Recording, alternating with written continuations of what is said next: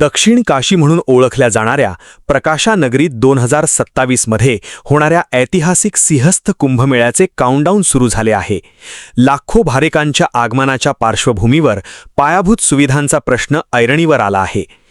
Marathi news नेटवर्कच्या ground रिपोर्टनुसार कुंभमेळ्यासाठी Tapi नदी घाटांचे नूतनीकरण, प्रमुख रस्त्यांचे रुंदीकरण आणि वाहतूक कोंडी टाळण्यासाठी बायपास मार्गांची तातडीने आवश्यकता आहे। याच सोबतच पिण्याचे शुद्ध पाणी, स्वच्छता व्यवस्था, पार्किंग, आरोग्य सुविधा आणि भाविकांच्या सुरक्षिततेसाठी शासनाने विशेष निधी मंजूर करावा अशी जोरदार मागणी स्थानिक नागरिक, मंदिर प्रशासन आणि विविध सामाजिक संघटनांकडून होत आहे। वेळेत निधी उपलब्ध झाल्यास विकास कामे निर्धारित मुदतीत पूर्ण होऊ शकतील असा विश्वास स्थानिकांनी व्यक्त केला आहे। आता राज्य शासन या मागण्यांवर काय निर्णय घेणार आणि 2027च्या सिंहस्थ कुंभमेळ्यापूर्वी प्रकाशा नगरी विकासाच्या नव्या पर्वात प्रवेश करणार का याकडे संपूर्ण राज्याचे लक्ष लागले आहे। नमस्कार, मी तुकाराम चित्ते। आपण पाहत आहात ही मराठी न्यूज। तापी, गोमाई व पुलिंदा नदीच्या त्रिवेणी संगमावर वसलेलं हे प्रकाशा गाव आणि या प्रकाशा गावामध्ये स्थित असलेलं हे प्राचीन श्री गौतमेश्वर महादेव मंदिर। मंडळी, या मंदिराच्या परिसरामध्ये दर 12 वर्षांनी सिंहस्थ पर्वणी अर्थातच महाकुंभमेळ्याचा सोहळा संपन्न होत असतो आणि या सोहळ्याला उपस्थित राहण्यासाठी संपूर्ण देशातून भाविक उत्सुक आहेत। परंतु प्रशासनाच्या दुर्लक्षामुळे आणि निधीच्या अभावी हे सर्व विकास कामं ठप्प पडलेले आहेत। तर हा मराठीचा विशेष ग्राउंड रिपोर्ट आपण पाहूयात।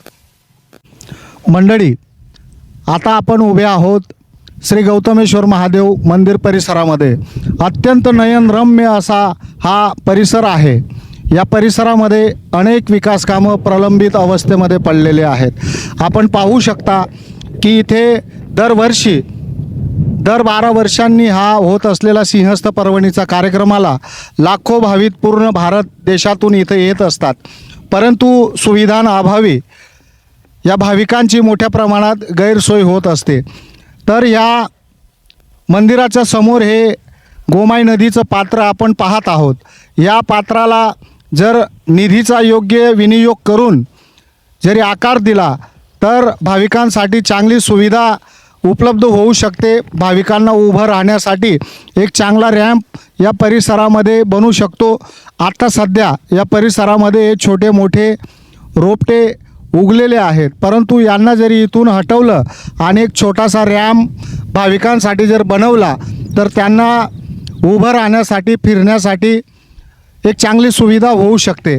आपण इथे पाहत आहात, इथे लाखो भाविक येत असताना देखील या नदी किनाऱ्याला संरक्षक भिंत नाही। या संरक्षक भिंतीच्या अभावी भाविकांसोबत लहान मुलं असतात, वृद्ध आईवडील असतात। त्यांचा जरी बॅलन्स गेला तर सरळ ते नदीच्या पात्रात जाऊन पडू शकतात। म्हणून इथे या तापी नदीच्या तीरावर संरक्षक भिंत असणं अत्यंत गरजेचं आहे। तुम्ही इथे समोर पाहू शकतात, या लाखो भाविकांपैकी अनेक भाविक हे या कार्यक्रमाचं स्वरूप पाहण्यासाठी या पुलावर उभे असतात। या पुलावर देखील संरक्षक कठडे जे असतात पुलावर लावलेले ते तुटलेले आहेत, आपण स्पष्टपणे पाहू शकतात। आणि हे अशाच अवस्थेमध्ये जर राहिले तर इथे आलेले भाविकांसोबत घातपात होऊ शकतो, ही शक्यता नाकारता येणार नाही। मंडळी, या परिसरामध्ये विकास करण्यासाठी खूप मोठी जागा असताना देखील निधी अभावी इथे काही करता येत नाही। प्रचंड घाणीचे इथे साचलेलं आहे। आपण पाहू शकता, हा मराठी न्यूजचा स्पेशल ग्राउंड रिपोर्ट। हे पहा, तुम्हाला मी प्रत्यक्ष दाखवत आहे। हा मंदिराच्या समोर असलेला हा जुना घाट आणि हा त्या घाटाच्या परिसरातील असलेला हे कचरा किती मोठ्या प्रमाणामध्ये इथे साचलेला आहे आपल्या सर्वांना हे दिसेलच।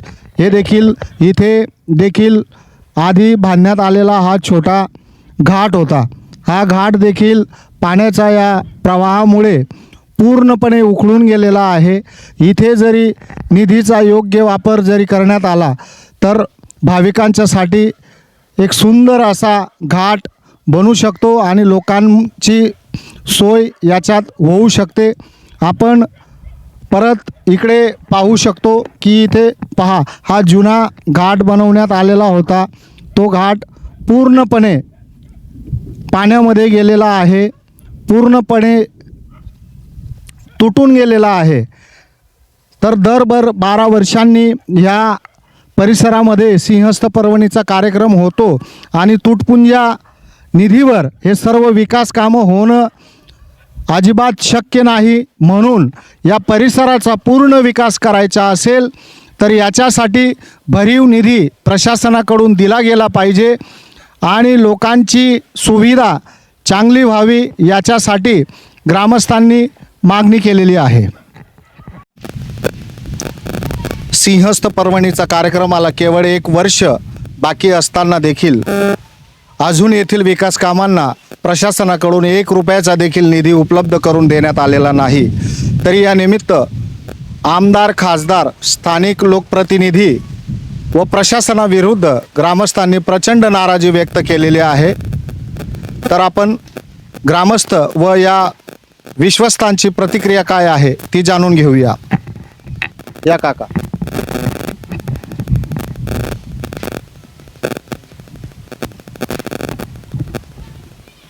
या सिंहस्थ पर्वणीला केवळ 1 वर्ष बाकी असताना देखील शासनाकडून अजून तुम्हाला विकास कामांच्यासाठी 1 रुपयाचाही निधी उपलब्ध झालेला नाही आहे.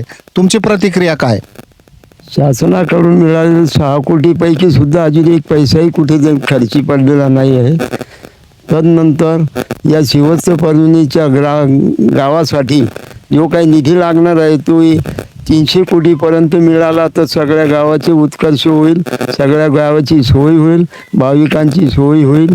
त्या दृष्टीने सरकार दरबारी ब वर्ग म्हणून नोंद असलेल्या या मंदिराला शासनाने 300 कोटी रुपये मंजूर करावेत. कारण त्यांनी गौतमेश्वर आपलं नाशिक येथील त्र्यंबकेश्वर मंदिराला तिथे होणाऱ्या शिवस्थ मेळाव्याला 32,000 कोटी ज्यांनी दिलेले आहेत त्यापैकी त्यांनी आम्हाला 5-10% जरी दिले तर आम्ही त्याबद्दल समाधानी राहू आणि आपण त्यांची वाहवा करू एवढी मी विनंती करतोय. सिंहस्थ पर्वणीला केवळ 1 वर्ष बाकी असताना विश्वस्तांनी सांगितलं की 300 करोड रुपये निधी आम्हाला अपेक्षित आहे. शासनाने जर तुम्हाला निधी उपलब्ध करून दिला तर या परिसरासाठी तुम्ही कोणते विकास कामांना प्राधान्य देणार आहात? सर्वप्रथम नाशिक येथे जो येणारा कुंभमेळावा आहे त्याच धर्तीवर त्याच अक्षय वृत्तावरही प्रकाशाला होत असतो सिंहस्थ कुंभमेळा. त्याचंही महत्त्व तेवढंच अनन्यसाधारण आहे. पण ज्या वेळेस नाशिक कुंभमेळाव्याला 25,000 कोटी देत असताना तुम्ही प्रकाशा ह्या तीर्थक्षेत्राला दुजाभाव केला आहे. लोकप्रतिनिधींची उदासीनता अशा पद्धतीची आहे का सगळ्यात महत्त्वपूर्ण अशा ट्रायबल एरियामध्ये असून सुद्धा ह्या माध्यमातून तीर्थक्षेत्राच्या माध्यमातून सर्वांगीण विकास गावाच्या परिसराचा होणार आहे. तर कमीत कमी तिथं 25,000 कोटी देत आहे तर प्रकाशा गावाला कमीत कमी 2,500 कोटीची मागणी असायला हवी. ह्या माध्यमातून पूर्ण रिव्हरफ्रंट डेव्हलपमेंट, घाटांची दुरुस्ती, मंदिरांचं सर्व संरक्षण भिंत, संग्रहालय, आर्थिक दृष्टिकोनातून गावात रोजगार निर्मिती होणारे ह्या सगळ्या गोष्टींनी लोकप्रतिनिधींनी या गोष्टींकडे जातीनं लक्ष द्यावं आणि लोकाभिमुख कार्यक्रम होण्यासाठी सर्वांनी मंत्रालयात जाऊन पाठपुरावा करावा हीच ग्रामस्थांची वतीने विनंती आहे. हे मी या ठिकाणी सांगू इच्छितो.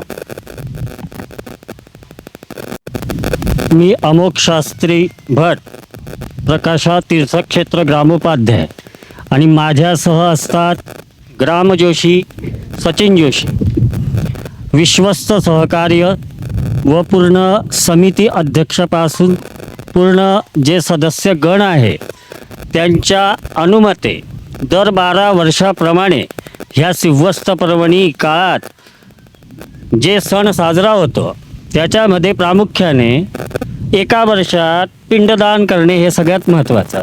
आणि दुसरी गोष्ट अन्यक्षेत्रे कृतं पापं तीर्थक्षेत्रे विनश्यति. हे असं क्षेत्र आहे की ह्या क्षेत्रावरती कोणतेही पाप धुतले असता त्या फक्त पायाने धुतले जातात असं गौतम ऋषींनी सांगितलं आहे. कारण की ज्या वेळेस गौतम ऋषीला त्र्यंबकेश्वर इथं गौपातकचे पाप लागले त्यावेळेस तिथं त्र्यंबक महादेवांनी सांगितलं की तू प्रकाशा तीर्थक्षेत्रावरती जा आणि ते तिथं महादेवाचं ध्यान कर. त्यावेळेस हे गौतमेश्वर महादेवाच्या लिंगाची स्थापना त्यावेळेस त्यांनी केली. आणि इथून गेल्यानंतर पुढं पण एक तीर्थ लागते, त्याला म्हणतात संगमेश्वर तीर्थ. आणि याची व्याख्या आहे गुप्तेश्वरी प्रकाशायच रामक्षेत्रेच सुंदरी आणि सर्वत्र दुर्लभातापि त्रिषु स्थाने विशेषतः 3 स्थानामध्ये ह्या परिसरापासून गौतमेश्वर महादेवाच्या परिसरापासून तर संगमेश्वर महादेवाच्या परिसरापर्यंत तर मागे पुष्पदंतेश्वर केदारेश्वर काशी विश्वनाथ जे पुष्पदंतेश्वर पूर्ण भारतवर्षात नाही असे महादेव ह्या प्रकाशात आहे. म्हणून जे विश्वस्तांनी सांगितलं जी मागणी केली आहे पैशांची किंवा देणगीची ती लवकरात लवकर द्यावी आणि या विकासाचे सर्वांगीण कामं प्रकाशा तीर्थक्षेत्रात घडावे. आणि दुसरी गोष्ट प्रकाशा गावात हे गौतमेश्वर महादेव असं मंदिर आहे की ते पूर्ण भारतवर्षात नाही. कारण की ह्या गौतमेश्वराला बाहेर नंदी आहे मध्ये नाही आणि तिथं गौतम कुंड आहे मध्ये की जोपर्यंत तिथं आपण पाणी टाकत नाही तोपर्यंत मध्ये जाता येत नाही. आणि इकडं आहे श्री हनुमत ते रुद्राचे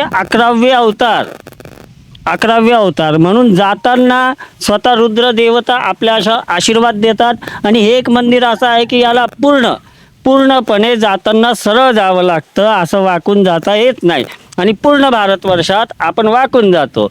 आणि त्याच्यानंतर दक्षिण उत्तर आणि पूर्व ह्या दिशेला यांना पायऱ्या आहे. आणि एकच असं मंदिर आहे की याला प्रदक्षिणा मारता येते पूर्ण, जे भारतवर्षात कुठं नाही.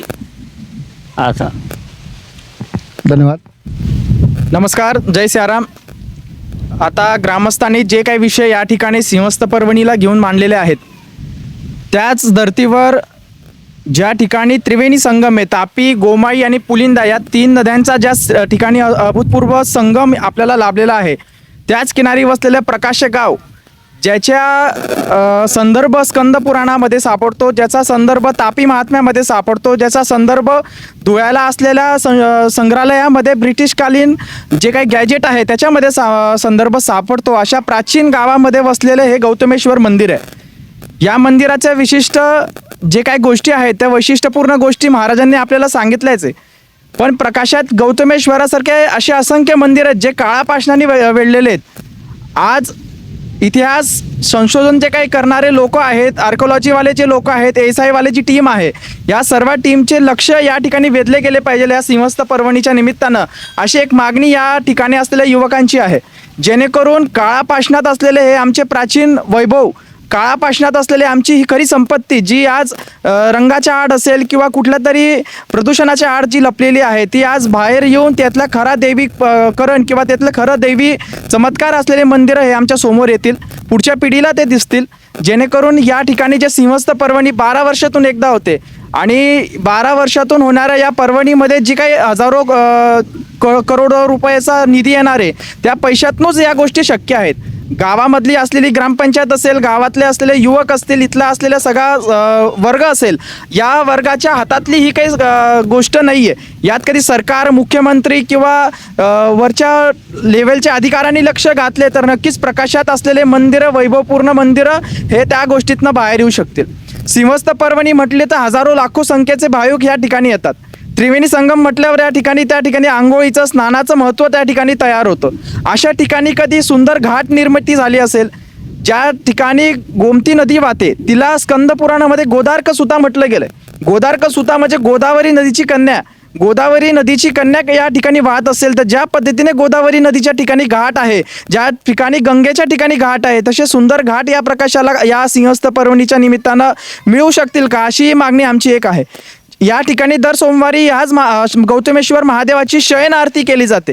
त्र्यंबकेश्वराशी मिळतं जुळतं असलेलं हे मंदिर आहे. त्या ठिकाणी शयनार्थी जशी त्र्यंबकेश्वरी होते तशी शयनार्थी या ठिकाणी देखील होते.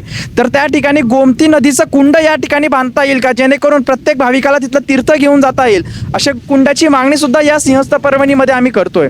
या मंदिराचा परिसर कधी आपण लक्ष देऊन बघितला तर या ठिकाणी काळा दगडी खाली फ्लोरिंग करता येईल, त्याच्या आजूबाजूला बसण्यासाठी उठण्यासाठी एक जागा बैठक व्यवस्था करता येईल.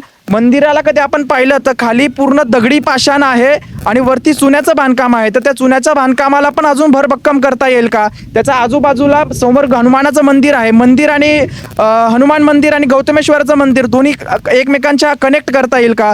त्या मंदिराला अजून भव्य दिव्य करता येईल का. अशा वेगवेगळ्या इतिहासाच्या अभ्यासाच्या विषयांना घेऊन युवक आज तुमच्या समोर आलेला आहे की हा विषय कधी या सिंहस्थ पर्वणीमध्ये पूर्ण होत असतील तर नक्कीच येणारी सिंहस्थ पर्वणी प्रकाशासाठी ही ऐतिहासिक सिंहस्थ पर्वणी लाभेल. येणाऱ्या कैक वर्षापासून, म्हणजे बाकीच्यांनी सांगितलेच आहे की हे हजारो वर्षापूर्वीची संकल्पना आहे. सिंहस्थ पर्वणी काही आज उद्या मध्ये उभी राहिलेली एक पर्वणी नाही आहे, ते हजारो वर्ष ऋषींपासून चालू असलेली ही परंपरा या ठिकाणी आहे. पण आता आमच्या सगळ्यांच्या ध्यानात असं आले की अजूनपर्यंत सिंहस्थ पर्वणीकडे ना मुख्यमंत्र्यांचं लक्ष आहे, ना कलेक्टरांचं लक्ष आहे, ना कुठल्या मंत्र्याचं कुठल्या मंत्रालयाचं लक्ष आहे. आमची अजून पण विनवणी आहे की या गावामध्ये खूप गोष्टी करण्यासारख्या आहेत. खानदेशातलं हे एक गाव आहे, जनजाती जिल्ह्यातलं एक गाव आहे आणि त्या ठिकाणी कधी इतके सुंदर महादेवाची मंदिरं असतील तर त्या ठिकाणी निश्चित गव्हर्नमेंटनी लक्ष घालून याला एक तीर्थक्षेत्राचा दर्जा दिला पाहिजे, अशी एक आमची मागणी आहे. जे हजारो कोटीचा निधी येणार आहे, प्रामुख्याने मला काही गोष्टी सांगू वाटतात. एक म्हणजे या ठिकाणी कुठल्याही मंदिराला एक सुंदर घाट नाही आहे. गौतमेश्वर असेल, संगमेश्वर असेल, केदारेश्वर असेल, प्राचीन गणपती मंदिर असेल, अशा मंदिरांना या ठिकाणी प्राचीन घाट होते जे कालानुभव गेलेत. आता येणाऱ्या काळामध्ये एक सुंदर घाट या ठिकाणी निर्मित होतील का, हा एक पहिला आमचा प्रश्न आहे. नंबर 2 की या ठिकाणी खुलेआम सगळ्या गटारी, ज्या गावातली सांडपाणी असेल, खराब कचरा असेल, अशा एकूण 7 गटारी या नदींमध्ये सोडले जात आहेत. 21 कल्पांची माता म्हणजे आमची तापी नदी आहे आणि त्या नापीच्या पात्रामध्ये लोक लांब लांब येऊन स्नान करतात. त्याच तापीच्या पात्रामध्ये, त्याच गोमतीच्या पात्रामध्ये खुल्या गटारी सोडल्या गेलेल्या आहेत. त्या गटारींच्या पाण्यामध्ये लोक स्नान करतात का, हा आमचा एक सवाल आहे. तर येणाऱ्या सिंहस्थ पर्वणीमध्ये गटारींची व्यवस्था होणार आहे का, त्यांची विल्हेवाट लागणार आहे का, हाही प्रश्न त्यामध्ये उद्भवतोय. सुंदर घाट असेल, पाण्याची कुंड असतील, भाविकांना इथं येण्यासाठी, भाविकांसाठी राहण्यासाठी हॉल असतील, भक्त निवास असेल, स्वच्छता करण्यासाठी स्वच्छतागृह असतील, त्यानंतर पाणी पिण्यासाठी स्वच्छ पाणी पिण्याचं ठिकाण असेल, अशा सगळ्या मागण्या घेऊन या सिंहस्थ पर्वणीकडे आम्ही बघतोय. जो काही फंड येईल, निश्चितच तो हजारो कोटीचा फंड असू द्या की शेकडो कोटीचा फंड असू द्या किंवा CR मध्ये असू द्या, 5 कोटीचे कामं सुद्धा अभूतपूर्व कामं असतात. आमच्यासारख्या युवकांची या ठिकाणी मागणी आहे की जो काही निधी या देवकार्यासाठी वापरला जाईल त्यामधून प्रत्येक मंदिराचं आणि त्या ठिकाणच्या परिसराचा फक्त विकास व्हावा, जेणेकरून येणाऱ्या काळात आमच्यासारख्या पिढीला या मंदिराची माती नको तर मंदिराचे भव्य दिव्यकरण आम्हाला दिसलं पाहिजे, अशी मागणी आमच्यासारख्या युवकांची या ठिकाणी आहे. येणाऱ्या सिंहस्थ पर्वणीला अजून माझी कळकळीची विनंती आहे, यामध्ये मुख्यमंत्र्यांनी लक्ष घालावं, यामध्ये राज्यपालांनी लक्ष घालावं, यामध्ये सगळ्या मंत्रालयांनी लक्ष घालावं. पण जनजाती जिल्ह्यात वसलेल्या या तीर्थक्षेत्राला तुम्ही लक्ष घालून या ठिकाणी काहीतरी बदल कराल, अशी आमची तुमच्याकडे मागणी आहे. धन्यवाद. प्रकाशा येथील सिंहस्थ तथा महाकुंभमेळ्याला केवळ 1 वर्ष बाकी असताना देखील प्रशासनाकडून अजून कुठल्याही निधीची उपलब्धता करण्यात आलेली नाही. त्यानिमित्ताने प्रकाशा गौतमेश्वर मंदिराचे विश्वस्त व ग्रामस्थांनी लोकप्रतिनिधी व प्रशासनाच्या विरोधात प्रचंड नाराजी व्यक्त केलेली आहे. या प्रतिक्रियांच्या माध्यमातून प्रशासन कधी जागे होईल का, या शीख क्षेत्र दक्षिण काशी प्रकाशाचा अपमान आम्ही सहन करणार नाहीत, अशा प्रकारच्या प्रतिक्रिया ग्रामस्थांनी दिलेल्या आहेत. धन्यवाद.